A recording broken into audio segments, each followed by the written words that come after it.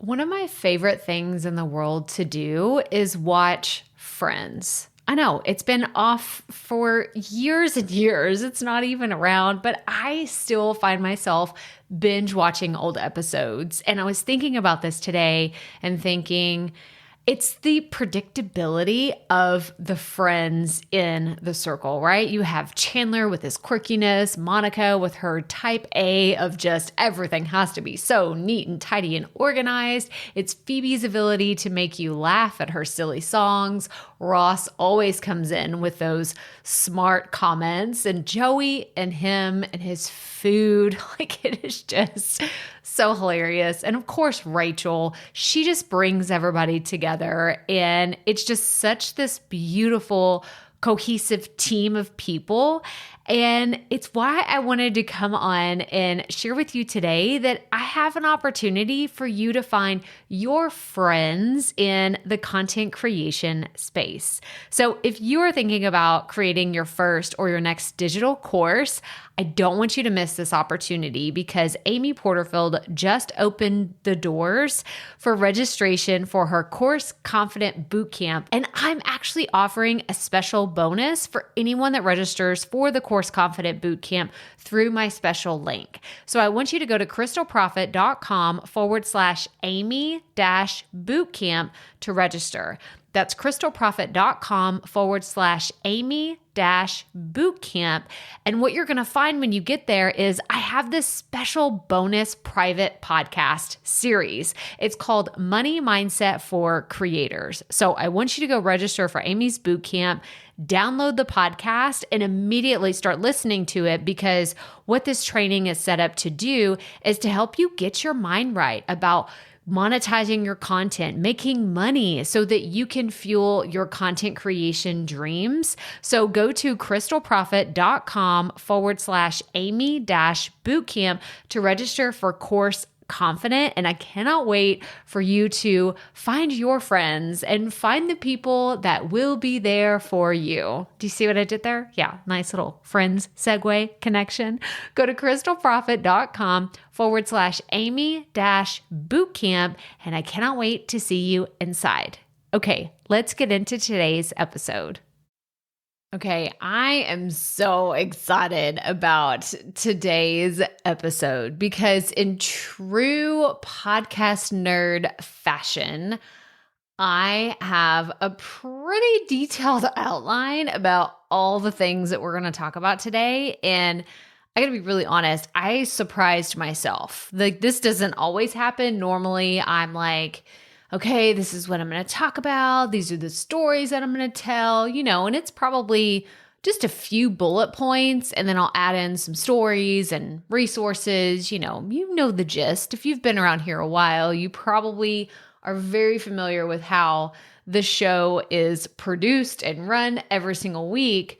But today's a little bit different because I wanted to actually go down memory lane and share with you all of the different stages that I have been on over, decades of my life. Not just today and the big, fancy, sexy names. I want to really embody our motto, keep it up. We all have to start somewhere, because we do all have to start somewhere. And I'm going to tell you, you're going to see the behind the scenes of all of the speaking that I've done to prepare me for what is to come in the next few weeks. So let's get right to it. Welcome to the Profit Podcast, where we teach entrepreneurs how to start, launch, and market their podcast. I'm your host, Crystal Profit, and I'm so excited that you're here. Thanks for hanging out with me today, because if you've been trying to figure out the world of podcasting, think of this show as the time-saving shortcut you've been looking for. So let's get right to it, shall we? Okay, so like we talked about in the beginning, I got really excited whenever I was planning this episode, but I wanted to tell you where the plan for this episode actually came from.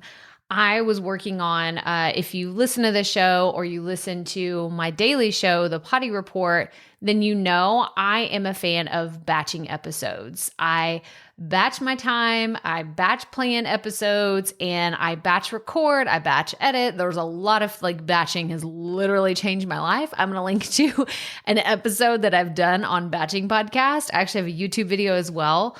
But batching is just one of those things that is just so, so incredible for content creators. But I got inspiration for this episode from the batching that I did for the Potty Report.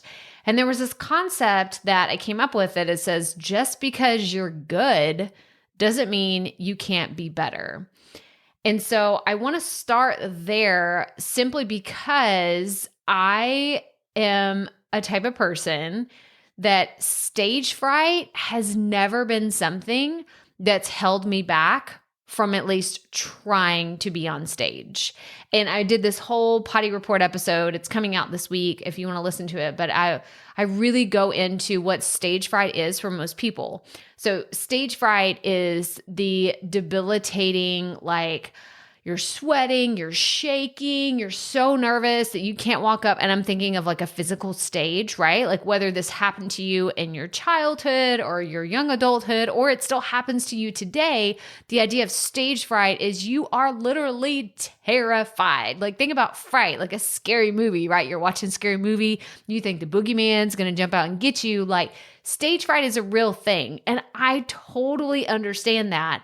But it was never an issue for me. I grew up, maybe it's because I'm the baby and I'm totally obsessed with understanding birth order because I have 3 kids. I am the youngest of 3 kids. My husband is the youngest of 3 kids. So it's always super interesting to see how all 3 of our sons are totally different. I am different from my brothers. My husband's different from his brothers. So it's just kind of interesting to see the different dynamics that play out as children grow up and kids are raised. But I was the baby of our family. Not only that, but I was the only girl. And with me, one of my personality traits was I loved being the center of attention, right? Maybe that's one of those things you shouldn't say out loud, but it is one thing. It just made me so happy when I was a cheerleader when I was little. I've talked about this before, but since the age of 4, I was part of the local YMCA cheerleading, and it just made me so freaking happy to practice these moves, right? They're just AWE, SOME, we're awesome, totally. I have to do that on video so you can see what that was like. But yeah, I still got my moves. Don't get me wrong. I may not be a cheerleader anymore, but I still got the moves. But it was just so much fun for me because I would practice for hours in my room. Even at the age of 4, I would practice for hours and hours and hours. And God bless my parents. I'm so grateful that they did not tell me to sit down and shut up. No one cares about your dang cheers anymore, Crystal. We've heard it. We get it. You're excited. Sit down. They never did that to me. Instead, they were okay, well, listen to, I just imagine them gritting their teeth oh, here she goes again. She's going to do it again. Yeah, it's the same moves. Just keep smiling, keep smiling. But that was the environment that I had. I just felt really empowered to show up as myself. And I never really had this fear of getting in front of large groups of people because I had been cheering, and being on stages and doing different things like that from a very young age. So stage fright has never really been an issue for me. The reason why I bring this up today is because I know that this is an issue for a lot of people in this community. So I didn't want to share of all these stages and different things that I've done and say, well, you can just get over it. You can just get over your stage fright. Because I don't think that's fair. Because I think that a lot of people have different situations, they have different capabilities, and they just have different scenarios that they have been put in to, for me, for example, I was a cheerleader at a very young age.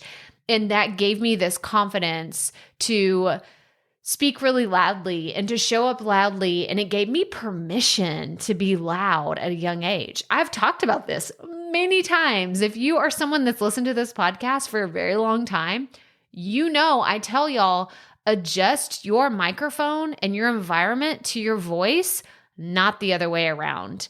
I don't want you trying to whisper and not talk so loud because you don't want the gain on your microphone to be too much, or you don't want to hurt somebody's ears.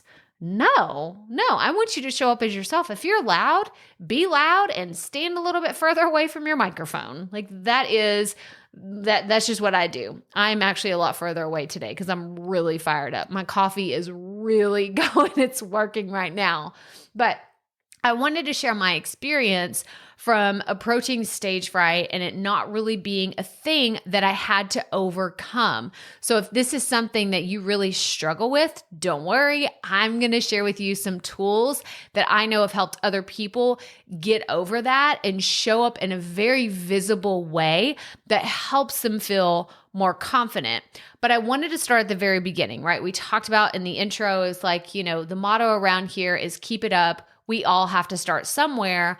Well, I didn't want to share some of the incredible opportunities I've had in the last 6 months and just say, I was born this way and I was incredible. No, I've actually been working on this since I was in middle school and high school. Now, what do I mean by that? I mean that I used to stand up in front of my classmates on a very regular basis because I was the student council president, and that meant that you had to get up in front of the class, make presentations, you had to do speeches at pep rallies and different conferences, or not conferences, but like, what is it? I'm trying to think of just like where everyone gathers. It's not a pep rally, but where people would gather in the gym. Like I would have to be the person to make specific announcements. Now, that doesn't mean that I didn't get nervous. Don't get me wrong. I still, sometimes my hand would be shaking. I got my hand on the microphone, but I just was like, I'm just going to do this because it's part of the job, right? If you're going to be a leader, this is just part of it. And then I was also team captain on several of the sports teams that I was a part of. So I was fine kind of taking that center stage and stepping into this role as a leader. It just felt very natural for me. And then I want to move into college. So whenever I was at college, and I kind of make fun of myself, I'm just like, oh my gosh, you were so nerdy. You're so dorky. I cannot believe that you did this. No one else wanted this job but you, Crystal. No one else volunteered for this. Everyone else is probably like, that is the lamest job ever. Who would want that title? And I'm like, me, because this was so much fun. So, oh my gosh, I feel like such a dork telling you this, but here we are. We're already into it. I can't back out now. So I get to college and I'm a freshman in college. I went to Texas State University in San Marcos, Texas. So whoop, whoop, eat 'em up cats. It's actually where I met my husband, but this was my freshman year of college. We had not met before. Here I am, this little girl from Athens, Texas. I'm like 4.5 hours away from home. I know a few people on campus, some of my brothers, my older brothers' friends, and some other people that had gone to my high school went there, but I didn't know someone that was living in my dorm. I lived right on campus. I lived close to the business building because that was where I was going to be going to school. And I was like, oh, I don't have to walk as far. Super lazy. But you have to understand, like Texas State has some hills that will not quit. And if you don't have, like, it's like getting a butt lift when you go to school there because there's literally 1,000 stairs everywhere. And in the middle of summer, when it's 110 degrees outside, you're going to be sweating. Like I didn't wear a lot of makeup in college because I sweat it all off. So just that's a little like behind the scenes of Texas State. But I lived in the Elliott dorm and I had my roommate, and this is how old this dorm was. My roommate's dad lived in our dorm when he went to college. And so, yeah, we had the oldest, some of the crappiest ones on campus, but it was also the most affordable. So that is why I lived there. So here I am, I'm living here. And they had like all the RAs got together and they made like a big announcement. If you aren't familiar with the RAs, they're I think it's the resident assistants. Is that what they call them? like I'm trying to think of the actual title, but it's the college students that are the upperclassmen that live in the dorms, and they kind of get paid to police the younger kids. Like, hey, no drinking in the dorms, no like going into each other's bedrooms, because this was a co-ed dorm. It'd be girls on one floor, boys on the other, girls and so on and so forth. It was only like 3 stories, I think. I don't know. I lived on the bottom floor because I took enough stairs going to class. I was like, I'm just going to live on the bottom floor. But whenever we were there, they had like a town hall type meeting. And they said, okay, well, we are having elections for the president of our like dorm. Like, who wants to be the president of our dorm? And I think back to that moment, and I'm looking back at myself as like the older version of me, and I'm totally judging the 18-year-old that shot her hand up and said, oh my gosh, I would love to be the president of our dorm. Like, it's embarrassing because I'm like, who does that? Who gets so excited to be the president of one of the crappiest dorms on campus? And like, you're just so excited. Like, you just want to, like, I don't even know what this job means, but I want it. This is what I want to do.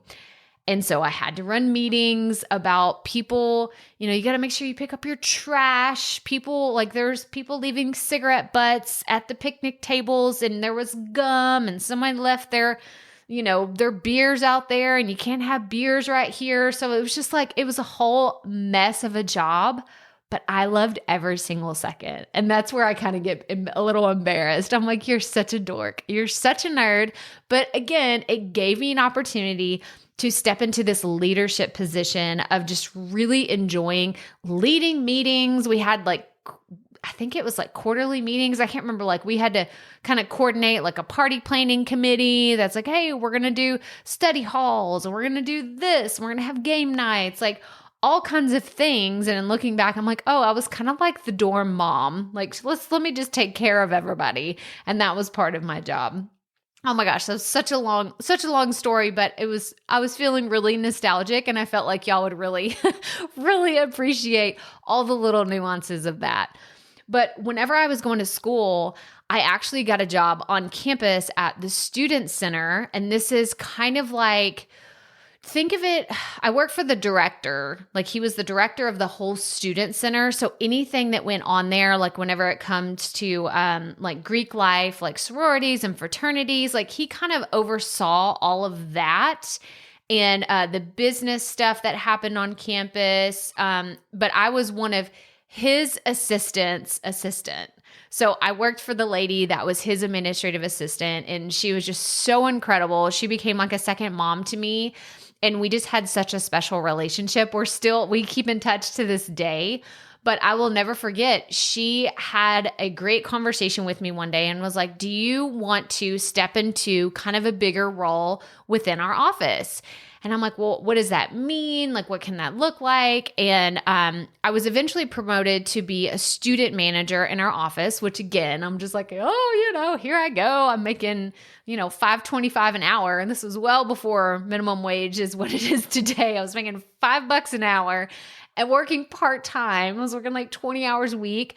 And it is still one of my most fun jobs I ever had in my life. I loved it so much because I got to help lead committees where we would plan different things, banquets for the whole crew on campus. Like, we would do our yearly banquets where we would honor people and give awards. And it got to the point where my boss asked me, her name was Belinda, and she said, do you want to help MC the banquet this year? And I mean, you would have just thought she asked me to go to the Oscars with her. Like, I was just like, oh, are you kidding me? Absolutely. This sounds like the dream of a lifetime for me to be able to stand up in front of my peers and colleagues and people that I work with. And just, I'd be the announcer. Like, I'm just kind of standing up there telling jokes, doing things, but it was so much fun. And actually, like, quick side note, that job and doing that led me to meet Aaron Brockovich. Yes, like the Aaron Brockovich came to our college campus whenever I was at school there. And because of my job, like we were the ones that had to coordinate when she was coming out and like all the things. We had to introduce her, and it was just so much fun. So yes, again, I love that job. I got to meet Erin Brockovich. So freaking cool. But I loved speaking on stage. Like, again, it's going back to my natural instinct to get up, be a leader, and have a lot of fun doing it.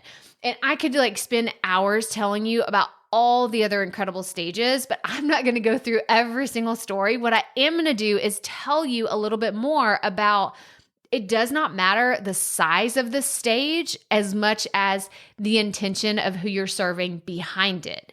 Because I could look at all these opportunities that I've had in the past, the speeches that I did in high school, being the college dorm president, like being the MC at my college job as nothing. Like, oh, that's just not, like, we're just going to kind of push that to the side.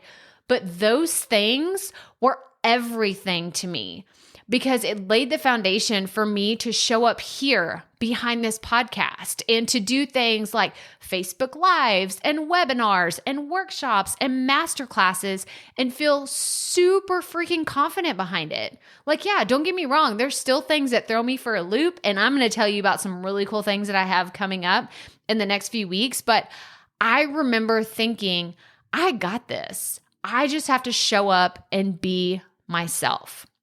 So I'm going to give you an example of a few other stages that I've been on. I have talked in front of church groups. There was a women's ministry group that I was a part of at a church. It was like right whenever I launched my very first book. They asked me to come speak on writing and what that meant and creative writing and journaling. I've talked at MOPS groups, which MOPS is Mothers of Preschoolers. So this was whenever I was just staying at home with my son, and I thought, oh my gosh, it would be so fun to speak in front of MOPS groups and just talk to other stay-at-home moms. And this was all before I ever got into podcasting. And then now, holy moly, y'all, like ever since my podcast journey, like I've been blown away by the incredible opportunities that I've had. I've been on the Buzzsprout podcast several times. I've been on a few other notable podcasts, including Business Unveiled with Angela Profit. Like, how funny is that I found another entrepreneur with the last name Profit? We talked, we're not related, but it was so funny whenever I was on her show. I have been asked to teach in other people's programs. If you're familiar with ASA Collective, they are a podcast network, and I was a guest teacher inside of their free masterclass, or it was like a free e-course on how to get your podcast, like how to grow your podcast. I talked about branding and marketing. I've done virtual summits. I have done the PodFest masterclass that happened really recently. I was part of Podcast Movement University. I've spoken on Amy Porterfield's virtual stages from my experiences in her B-School program. And I'm actually going to be doing a training inside Amy Porterfield's Momentum group talking about the Apple Podcast updates and the changes that online entrepreneurs need to know about.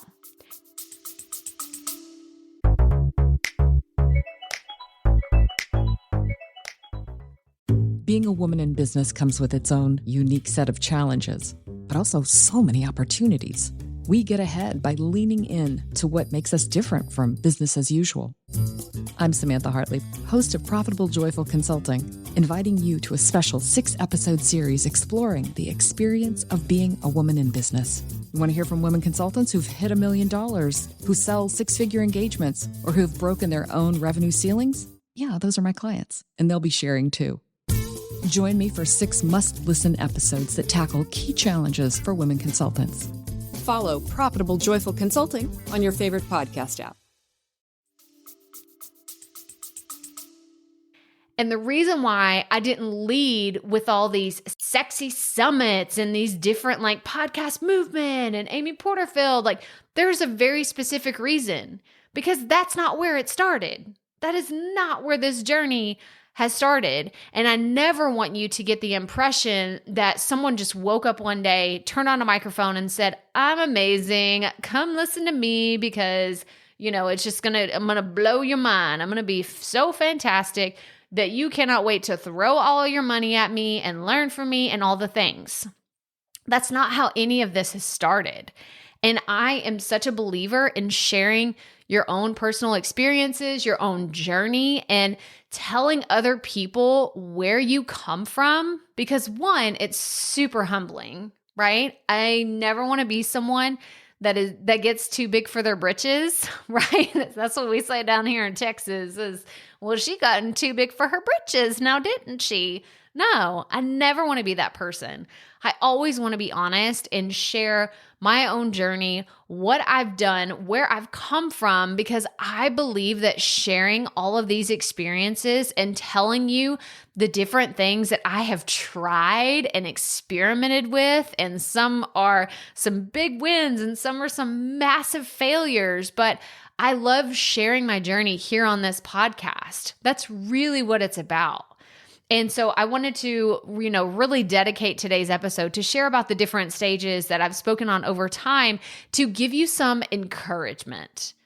I want you to be encouraged today that even if you're starting small, even if you feel like you're just standing up in your high school classroom surrounded by your peers and maybe 2 friends out in the audience, that you have to start somewhere. It does not matter how big the stage is. What matters most is how are you going to impact the people that you are speaking to? How are you going to have a lasting impression on the people that are in the audience? And how are you going to reach more people that you can help on a deeper level? Those are the questions I want you to ask, not how can I get on the biggest stages in the world, because that's just going to make everything make my life easier, and it's going to make all the dollar bills come rolling in, and I'm just going to make so much money and be so happy, and no. If that's what it's been about, you're missing the point. I want you to find aspects of speaking that you love. The things that maybe your older self will look back and say, oh my gosh, you were such a dork to be so excited about those things. But at the end of the day, you know that young dork would go back and do it all over again for just the joy of doing it. And being able to have fun, being able to show up as yourself. That's really what this is about for me. I don't know about you, but that's what it's about for me, is showing up, having fun, and getting to talk about the things that I absolutely love to talk about. So if you're interested in learning more about speaking on stages, I would love to invite you to learn more from my speaking coach, Heather Sager. We have partnered together, and I was like, Heather, can you please come do a training for our podcast peeps, because we need some help. She just straight up, we had a come to Jesus moment about 6 months ago whenever I told her, I was like, I'm not afraid to speak on stages. I've been on all these stages and I'm incredible, basically. And she shut me down real fast. She was like, I mean, you're good. I'm glad that you feel confident showing up, on camera and behind the microphone, but just imagine how much better you could be. And I was like, ooh, what does that mean? Challenge, gauntlet thrown down. What, come on, lady, what you talking about? And I got into her program. She has a program called Speak Up to Level Up. And I have learned so much that I didn't know. So many things that you would think someone who's spoken on dozens, if not hundreds of stages. It just depends on what you qualify. I'm saying stages. I had an entire month in August 2019 where I went live every single day for 31 days in a row. I did a Facebook Live every single day. You can go back. You can still find all of these that I've done. You would have to scroll through. Your finger would hurt, right? If you're just scrolling through all the different lives that I've done over the years, your neck would hurt because you're like, oh, are they done yet? Your finger's going to get sore. You're like, oh my, seriously, Crystal, how many of these have you done? But the thing was, my message wasn't always landing. I was doing it. I haven't been afraid to do the thing. And maybe you're not afraid to do the thing, but is it really getting you the results that you want? This is the missing piece of the puzzle for me, is I wanted to be more impactful. I wanted people to walk away saying, I cannot wait to work with her. And I wanted people saying, dang, this is the message that I need. It makes me so happy when I get a reply to one of my emails and somebody will say, oh my gosh, were you reading my mind? Your podcast episode this week, your YouTube video, your email, like all of this is all of the thoughts that I've had in my head.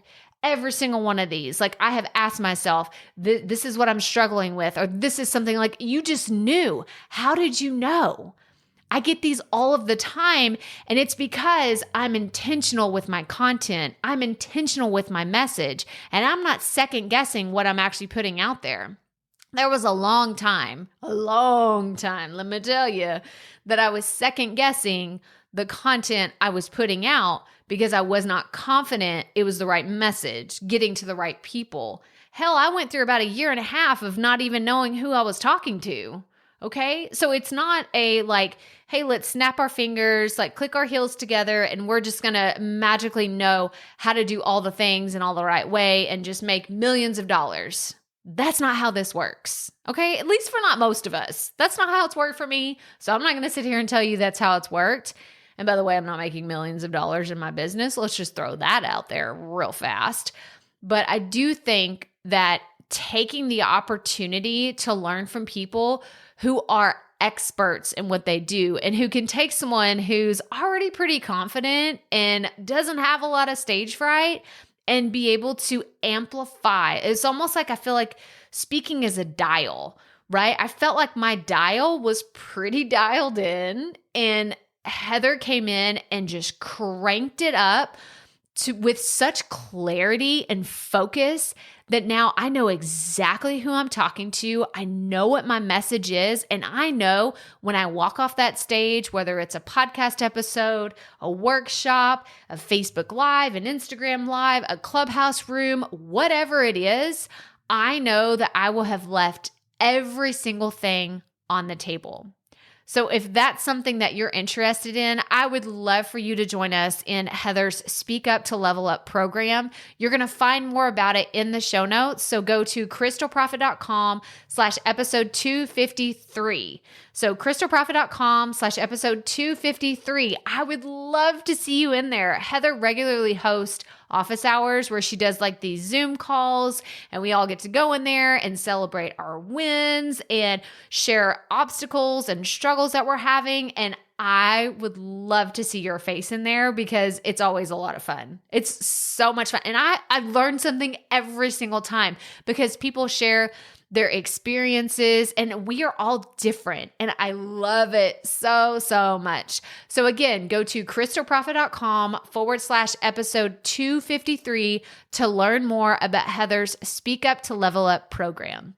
But that's all I have for you today. So make sure you hit that subscribe button wherever you're listening to this. Leave us a review. Tell us what you thought about today's episode. And as always, remember, keep it up. We all have to start somewhere.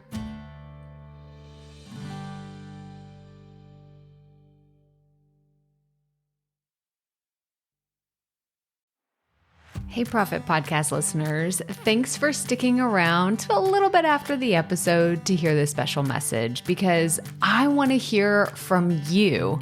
We are starting a new segment called Fan Mail Shoutouts, and I want to hear from you, and I want to hear your questions. What do you want to know? What questions have you been dying to ask me? So here's how to make this happen. Go to the app where you're listening to this podcast right now. Go there. I'll wait a second. Okay. Now, once you're there, you're going to see a hyperlink at the top of the episode description that says, send Crystal a text message. And that's all I want you to do. Send me a text. It could be casual, informal. It could be totally anonymous, or If you want, you can include your name and the name of your podcast or content wherever you are creating, and I will give you a special shout out in an upcoming episode. So again, go to the show notes for where you're listening to this episode right now, and it will say, send Crystal a text message, and I cannot wait to hear from you and give you a shout out in an upcoming segment of Fan Mail Shoutouts.